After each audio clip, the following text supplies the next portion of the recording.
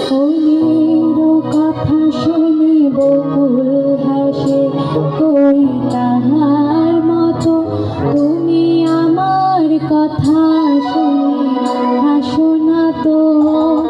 ফুলের কথা শুনে বকুল হাসে, কই তাহার মতো তুমি আমার কথা শুনে হাসো না তো।